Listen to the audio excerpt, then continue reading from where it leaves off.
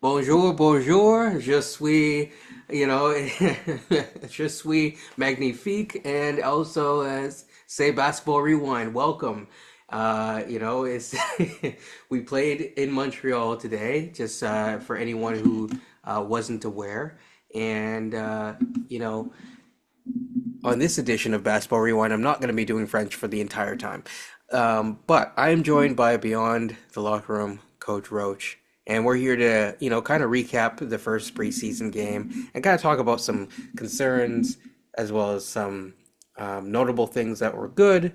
Kind of a good, bad, and ugly. We won't do that the whole season because it's going to be a long season. So, but we're here to really just enjoy what we saw. The Raptors won today, of course, um, and they played Washington. I don't think the score matters because it's preseason, so we're just gonna kind of focus on big picture stuff for tonight instead of trying to analyze every single aspect of the game today.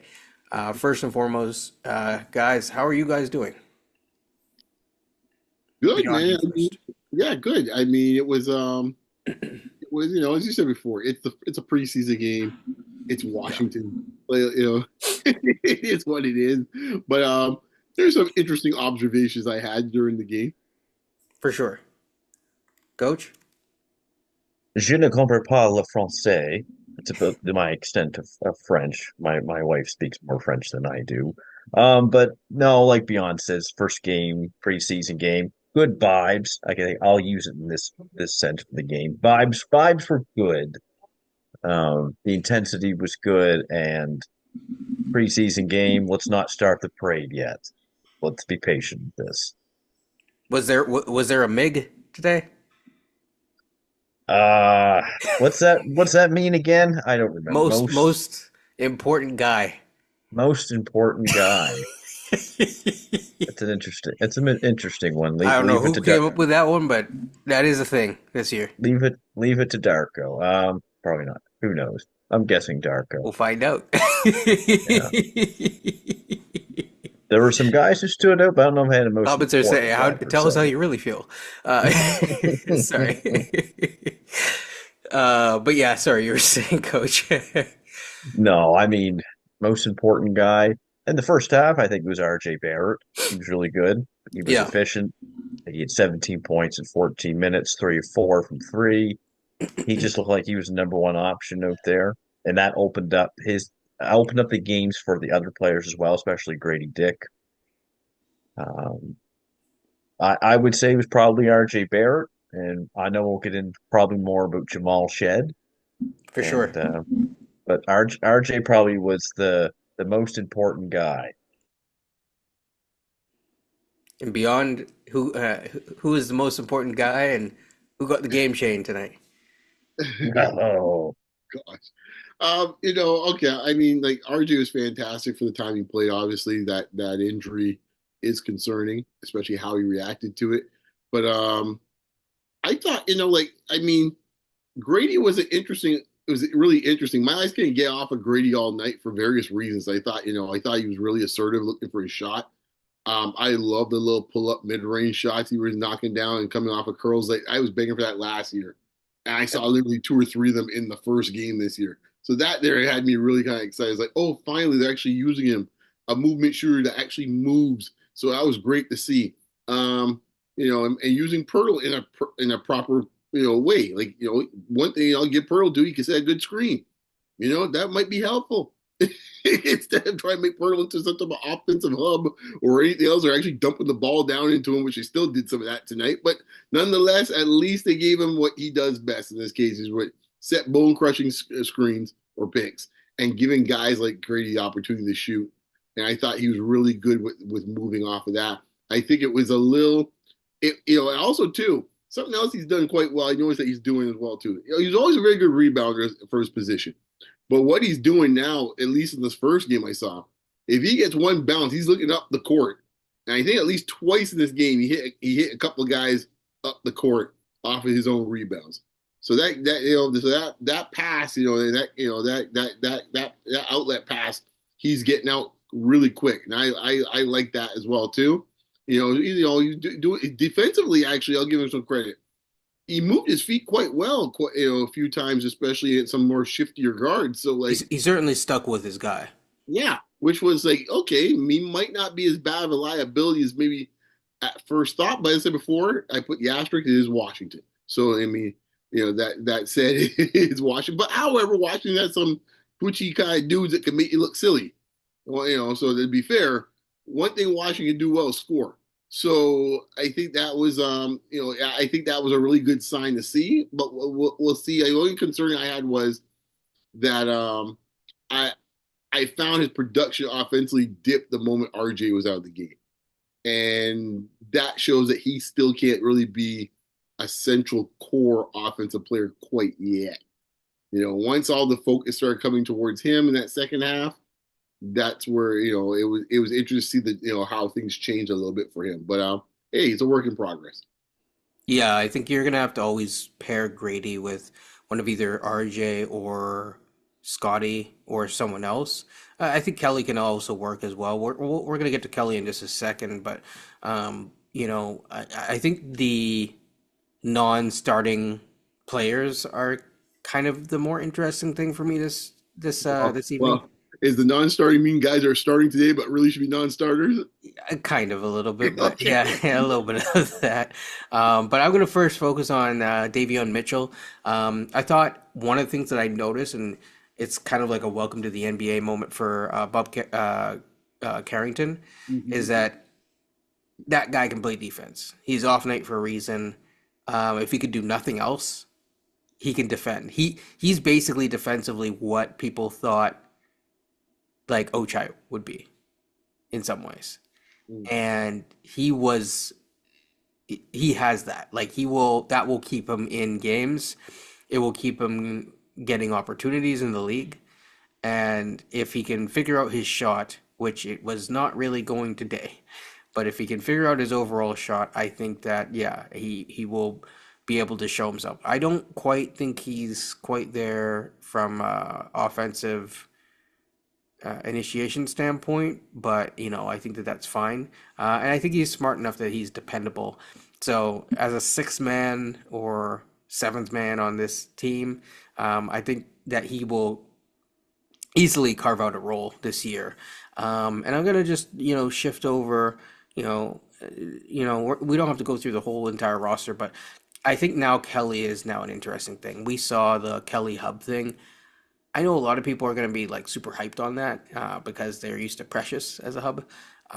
Obviously, it's better than that, but I think we also, even in this game, saw some limitations. Kelly bringing the ball up that much and being the last man coming up is not ideal. Um, May I ask, is that because of just how the roster's a bit depleted at the moment? Like, if the natural bench happens, do you see that still being a key? Like if Mitchell's then playing with the second unit, is what you you still I think thought we'd get into this the next week, but that?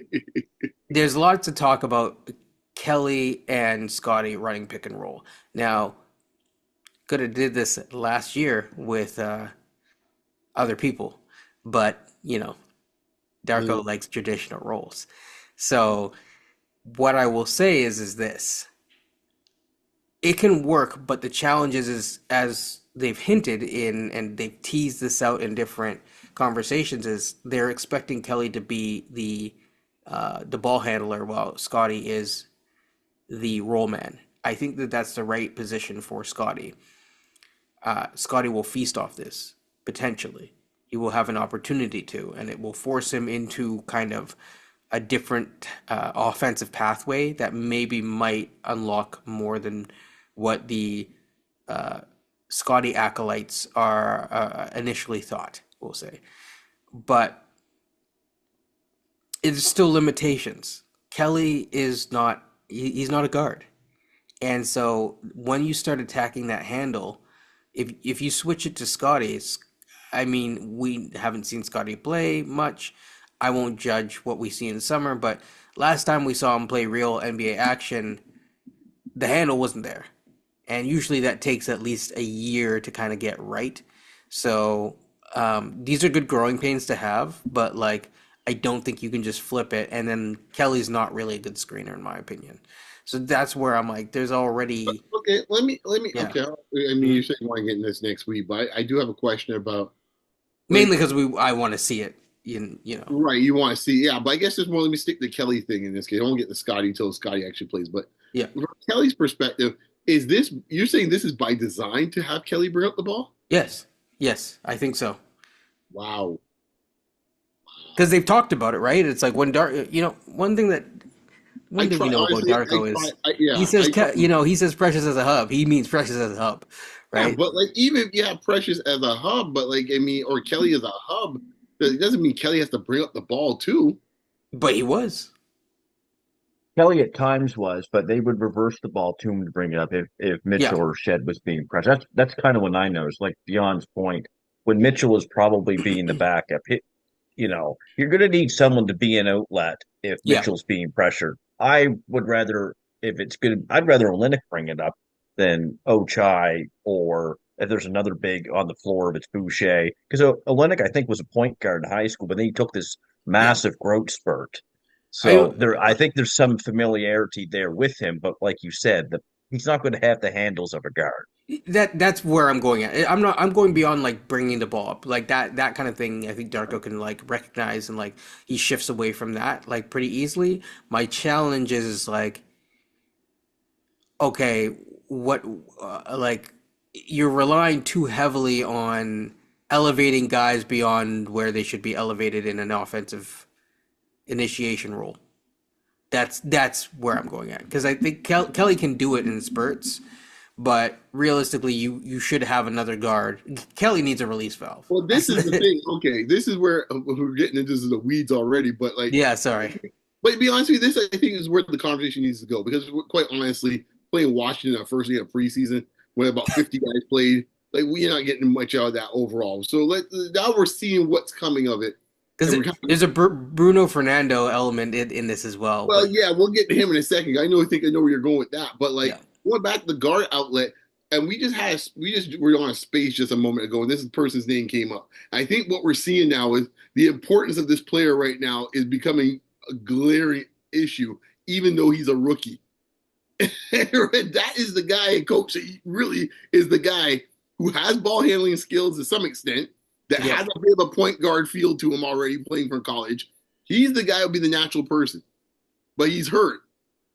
So now right. you're forcing guys, duct tape and MacGyver this thing, whoever you can find. I mean, the duct tape's out. Richard Dean Anderson's ripping it off. Here we go. Yeah, this is where even like a Bruce Brown would have helped. Yeah, exactly. He too. Mm-hmm. Right. Yeah. Yeah. So, But your point though yeah, earlier about Kelly and Scotty playing, having a two-man action. I like your point when you said about Scotty's better off being the role man because he's bigger, stronger, not so much bigger, like he's just more stronger, I should say, under the yeah, rim than Kelly would be. But that could work if Kelly is popping instead of rolling. That also can open up Scotty's game as it well. it I would can rather have if he Kelly has the pop to the handle though, three. right? Yeah. No, well, that's you're talking about Scotty, you mean, with the handle. Yeah, if you're gonna Yeah. flip it, then you need Scotty to have a much better handle than he has currently shown. This is the Yeah. first I'm actually hearing of this. This is still more blowing my Now, mind because yeah, I try not to been a listen to week. the Raptor spiel in this case here because I like to actually have a clear head.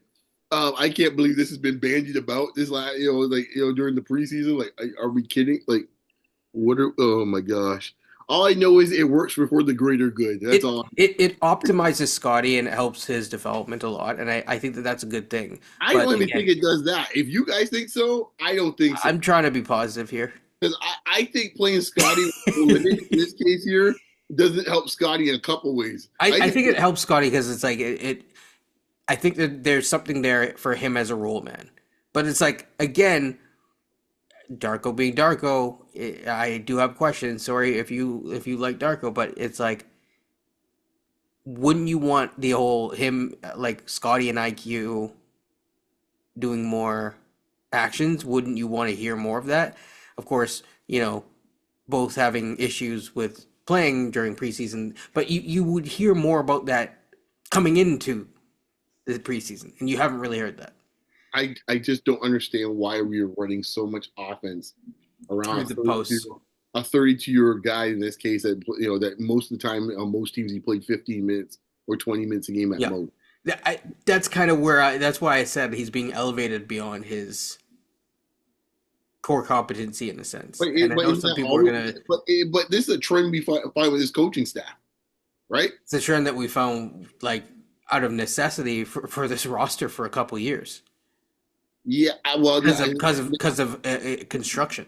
but no, because in the Nick Nurse philosophy, he Oh would yeah, tell he would you, just cut like he would just tell you right. he He would would just be tell like, you, okay, Kelly, we're you we're stand over in the corner we're and you done shoot with three. Boucher. We're doing 40 minutes for everyone Right, else. Like, exactly. So it's a complete opposite philosophy because he would just cut that one time, say, "You sit in the corner here, and when the ball kicks to you just shoot threes. That's true. it. That is That's true. all. That would be the Nick Nurse philosophy for Kelly Olynyk. He's not getting cute with Kelly Olynyk. That's true. You know, So, I So, don't know, man. um, yeah, there's a lot of the still high post action. I mean, some of it you do need, but I just fear like, and beyond, you've mentioned this, like, I think, Kenny, you have too, but the Darko being a zealot to the offense, teams pick up on that right away. The absolutely. good teams who scout really well, if all they're going to do is run high post offense, obviously they'll do a bit more. But if that's 70% of their offense is running offense through the high post, teams pick up on with, that pretty quickly. with a lot of players that no one's respecting as an offensive Well, player. and that's the thing. And even you'd think again, you'd want Scotty to be in the high post, and the person who's in the Scotty role this tonight is not in the high post. So it's like we're not really mimicking that either. So, anyways, it's going to be an interesting year from that standpoint. I'm not gleaning too much about it, but it's just something. It's a data point. Bruno Fernando, based on what we just talked about, I don't know how he's going to fare because that dude can't pass. No.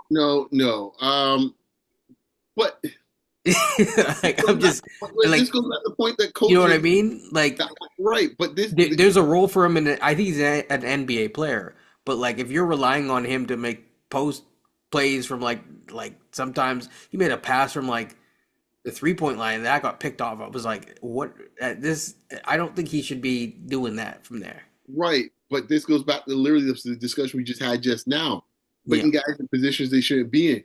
And yeah, coach is something I always refer to in this case. What type of coach do you have? Yes, we do have a zealot in this case as a coach in this case for our side. Because if you're going to try to force Bruno and Fernando to be that, when it's like, yo, Bruno Fernando's job should be just like, yo, man, you just be physical out there and just grab and eat glass. That's it. Yes, And run the that's it. floor. Do nothing else. Right? And there's nothing wrong with that. If like that's what basically the Boucher role. exactly. Just he's a little bigger in this case, a little more athletic, but like that's what he should be doing. But nope. Because now if I'm him just on a pure numbers and minutes thing, now I was thinking, oh, I might get a shot here in Toronto, maybe play, some backup minutes for 10, 15 minutes. Him watching Boucher get that many minutes tonight, I would be a little concerned at the moment if I'm old, Bruno Fernando in the old family right now. I was like, ooh, hey. Right, I mean you're right. He's not on a guaranteed contract. So. It's not, that window got real tight, real quick. Like what? Didn't see that coming, because to me that was the kind of the underlying story. Besides like the RJ Gradey stuff was like, if you told me Boucher was going to get that many minutes and be involved that much with the Yeah, lineup he was in, I know people are hurt, but I mean, William Lou mentioned the other day, and I was like, okay, I thought it was a bunch of like PR spiel that the Raptors push out every year. It's like, oh, Darko the great unifier, and I was like, okay, whatever. But hey, I mean, I look tonight, it's like, holy smokes, he's out there playing with Kelly, he's out there playing with the starters at times. Like, this Boucher 20 is like Boucher 2020. What's going on here? Mm. that too. Yeah. I think Jakob was good, but I mean, there's not really much to say on Jakob. It's just he played solid. Okay, so His defense was good. No, I see he had 7 rebounds, 3 assists, 6 points. I thought his defense was fine. He had times last year. I know I've said this before. mhm. Our best team last year was right after the OG trade. That was the best I ever saw Yep, Pirtle we had on six this team games. in those 6 games. Yep. And, I think you'll see flashes of that this year. But again, it's preseason. It's one game from Pirtle, but the way that this team is constructed, though, he might be playing a bit more minutes than you normally would want him to play. Like Pirtle to me is a Yes, 25-minute a game player. he's If you gonna have to don't, become a 30-minute player. yeah, they might The be trying funny to thing trip is, 30. I was so perplexed and apoplectic with the Coloco situation Yes. because this was what was coming down the tracks. And trust me, it wasn't daylight in this case when it came to the tunnel. Okay, it was the Amway train coming through, or the GO train for us up here. Like, Yeah. oh, what's this? Because this is what you said, coach, is what my concern was. Well, Kenyon said it too. He said, I don't know if I could play Bruno out there many minutes if he's going to be passing like that. And we know Yeah. Olenek, if he's going to go get some of the bigs in the league, like, that's not going to work defensively. So there's only one other option if they're going to try to win games, and I know Well, they're going to. You got to play does that Perlmore. mean we could talk about Mobo? Oh, please do. Well, Please. let's Yeah. discuss this. This was fascinating when I saw you put that out there, and Key put that out as well too with the starting lineup. I was like, whoa, did not see So that coming. Mobo is a project, straight up. I just cut through the crap. He's a project. Okay. He's a 6'6" project. He's essentially Jarris Walker. But Jarris Walker, I think, is a little bit more skilled, frankly. Um, that's not me trying to diss Mobo. I think he has some, he can handle the ball, he can pass a bit, but he's got a long ways to go. And I don't think it was just jitters today. He had moments, offensive rebound here, you know, he's gonna have moments where he's gonna look like interesting as a player, especially on like being aggressive and being an energy big. But 6'6" and trying to play center is tough. It's So, tough. so we can end that discussion now because he's not Draymond Green. We can end that now. Yeah, yeah. I think, or you know, Jason Kidd or anything like that. So, I'm sorry, who? Correction. hey, it wasn't my take. No, I know. Some people I throw know takes you out the would, window. We'll just say that Okay. they Jason throw them Kidd. at the window, but they go out the window. So, That broke so the window. Yeah. okay, let me ask you two this. Then. Can he actually play the four? No, Okay, I was wondering the same thing. I was in my head saying no. not with any regularity. Like he can, it's a break in case of emergency. It's because the thing is even at the four, he's undersized. He's 6'6". Okay. So, sorry, Raptors fans, but like I'm gonna ask. Okay, so you have Pascal out there. What's he gonna do? He ain't stopping him. I'm just thinking about LeBron. Oh, yeah, he did it. Okay, if you Like, really want to go there, like, I see him and I see LeBron like watching on my TV. I mean, he looks might like a be little, AD. To be he looks honest, like right. He looks like a Lilliputian compared to LeBron, right? Like this right? thing, right? They kind of You dressed him saw him. up. You saw him catch the ball, try to go up against JV. It's like, and he was smart enough to be like, I ain't going. He's Right. just like, no, So I'm not. okay, so the point that we're getting at here is like, they're positioning him as a front court player, They wherever, don't know what the hell he is. and right now they're forcing him in a position that I think we both agree that he can't play the five for sure, and he definitely can't be able to play the four. I'm not even sure he can play the three. Well, that's the thing. I don't think he can play the three either, because unless he can hit a 15-foot jumper, which I keep going at, and I'm gonna hammer this point home. I'm not even. I know everyone obsesses over the three. If he can hit a 15-foot jumper, then you can play pick and pop with him, Yeah. right? And then that will also open up the role. Mm-hmm. If he can't do that, then it's just limited. So I think it's gonna. I'm not saying that he won't get minutes because it's this team, and we know what was said during the presser, which is, I guess we haven't covered some of those things. We won't go in depth, but basically But it was said by both management and players and stuff like that alike that we ain't prioritizing winning over development. I do think though, like Mobo had he had 5 assists tonight, which I think in your Mm, first game is a big. I think he had some moments where I thought he was okay. Now Yeah. at the rim, amongst the trees of a Valanciunas or a Sar, Yeah, he was near useless tonight. So as long as he can carve out a role where he understands what his role is to do, go out and guard the pick and roll, make good passes. I trust his judgment tonight. Like he led the team in assists tonight, along with Mitchell and Gradey.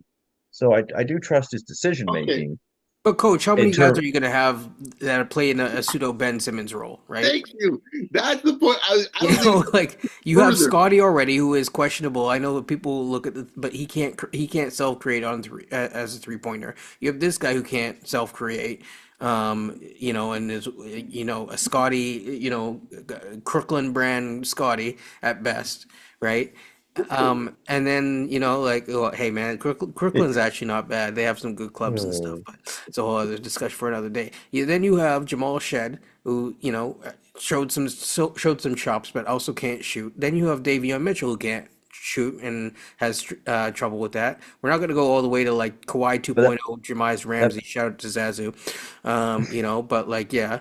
But that Uh, was my next point, though, with Mogbo. He's obviously be a fifth option every time that he's out there. He has to be on with certain people if he's going to be on the floor. Obviously, he's down in the depth chart. So, yeah, like because I'm beyond just said, looking at I who was he's a little playing shocked with, too. right? But I Uh, do think he has a style of game, though, that can complement if he's on the floor with the right people in time. Like the whole Draymond Green Okay, thing. Throw but that out the window. coach, but this do is we the have point the right here. people?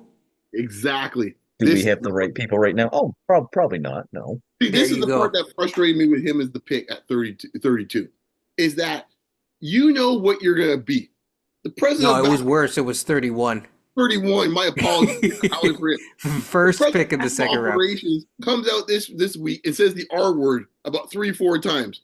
Rebuild, rebuild, rebuild. Just in Right. case you know what the R word was in this case here. Rebuild. Some of these guys here, you got to spell it out for them. Anyhow, rebuild.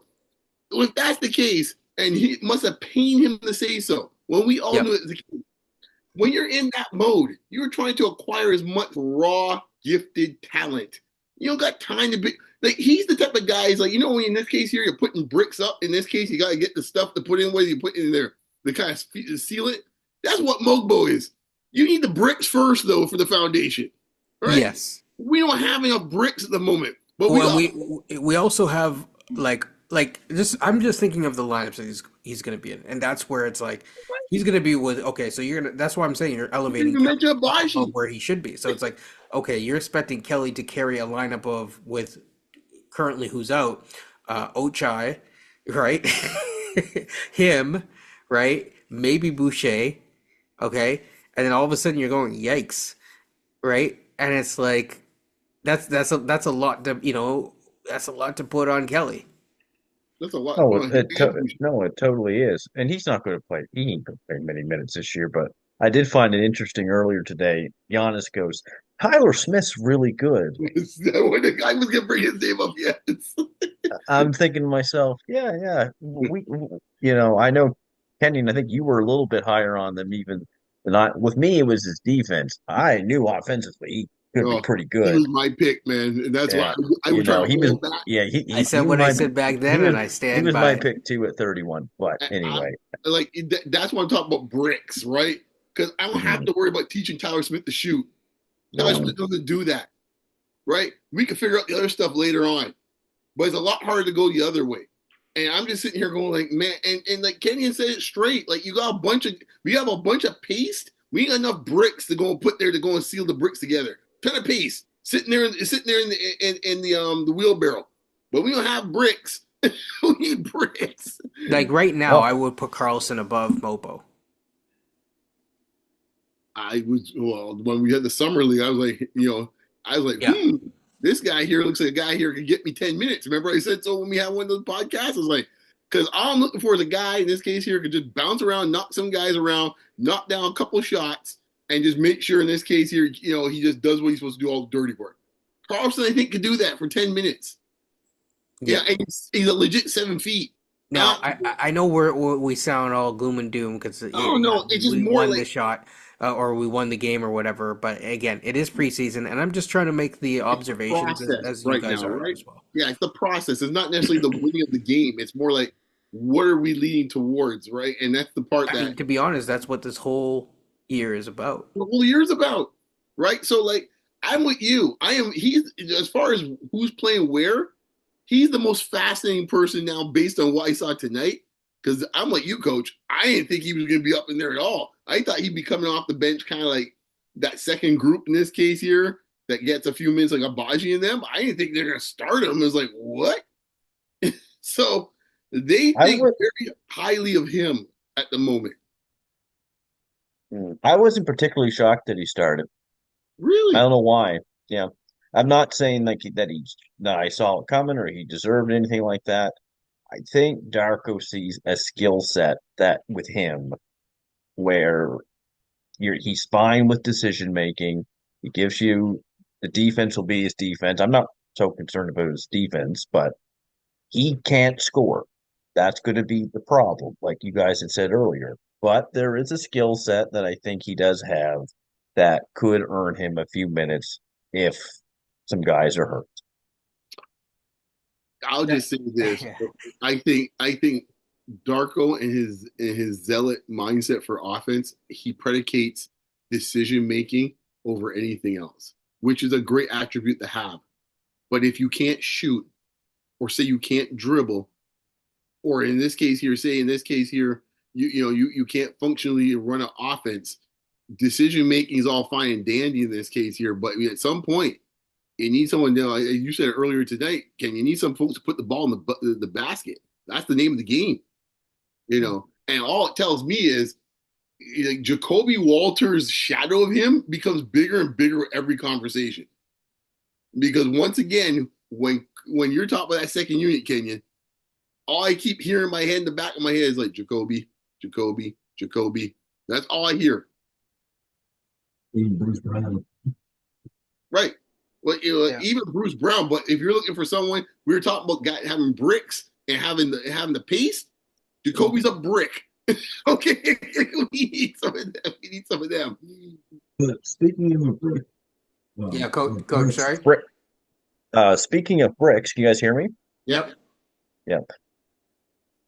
Grady Dick's probably going to be the fourth option on this team. And if he's that aggressive in the season on offense, I could live with him certainly being the fourth option on offense. 100%. Mm-hmm. I think Gradey. I mean, and I think Grady's got to look around not only for his own development, but I think Grady's probably looking around this roster is like, hey, I got to shoot. Yeah. Yes. Like he has to. Like Grady's got to get like about. I would say I think he should get 15 shots a night. Yes. Like I really think so. Anywhere between 13 to 15 shots a night he should be getting. There's Yep. He had no, 9 tonight. he had 9 tonight, and I mean he started off fast. Once again, I'm curious to see how he plays when you get more starters playing with him. Essentially, he's playing with Pirtle. That's the only real legitimate starter he's playing with by the time it was done. Mm. So it started looking like summer league a little bit. His IQ's out. Yeah, there's no like RJ, Scotty and then RJ was RJ. there, so we'll give RJ, but like, RJ got hurt midway Right, through. but he scored his points when RJ was on the floor. True. Yeah. That's my Yeah. point, right? Once RJ got hurt, the scoring opportunities kind of dried up real quick. This is what I was saying, dude. Shout out to Mouth of the North. Is that I said like that's why he has to be more aggressive with his shot the other day because I'm like he needs to like him being more aggressive with his shot and becoming more Gary Trent-ish in some ways will allow him to become not just a multiplier but a floor raiser.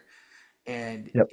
if he's going to really carve out like this guy needs to be a core group guy going forward beyond this year, and not just a peripheral core guy, because I think his skill set can like fit on a lot of different teams. But like if he's really going to be that, and he's really going to elevate himself to what some people think that he can, he has to be more aggressive with the shot because he has to be able to create his own offense and carry some sort of form of offense on his own, essentially.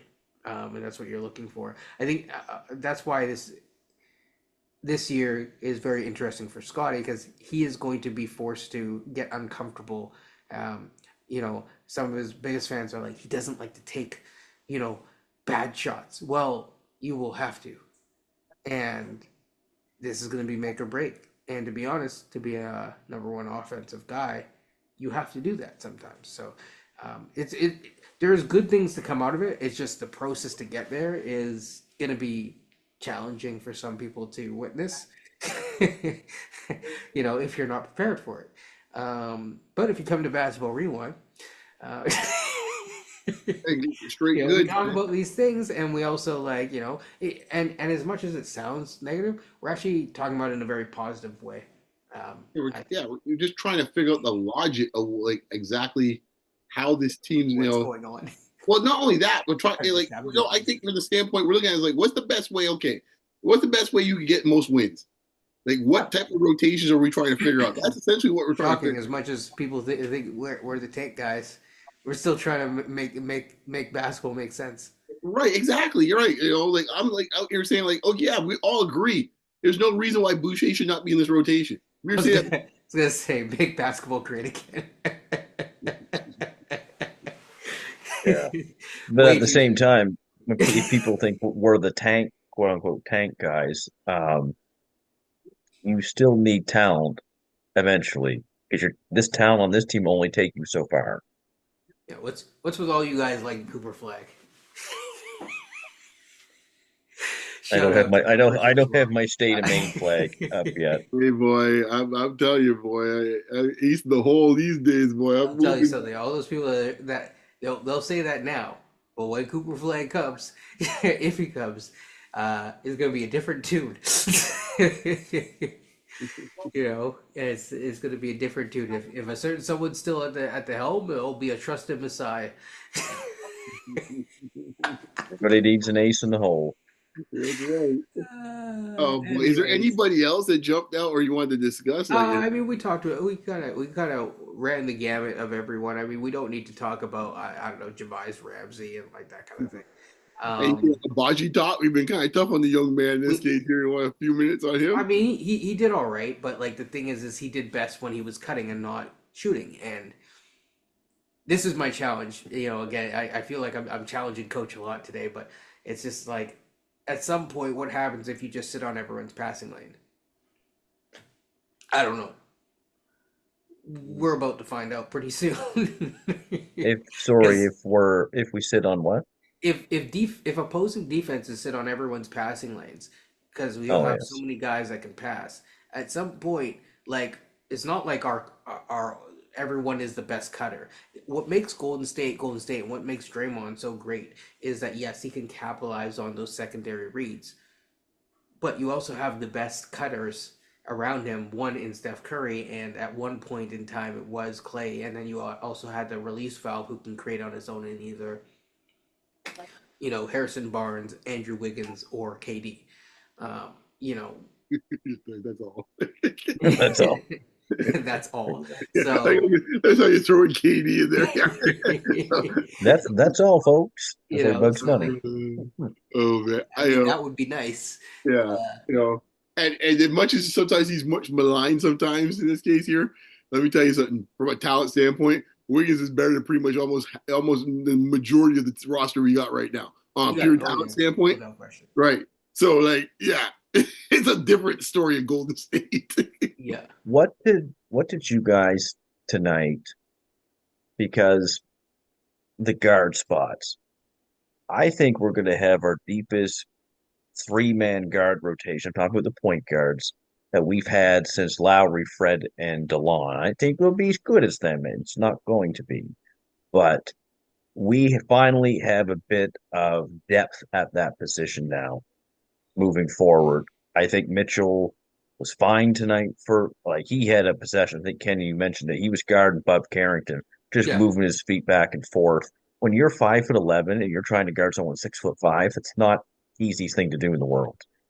And I don't have to say anything more about Jamal Shed. We know the intensity he brings all the time.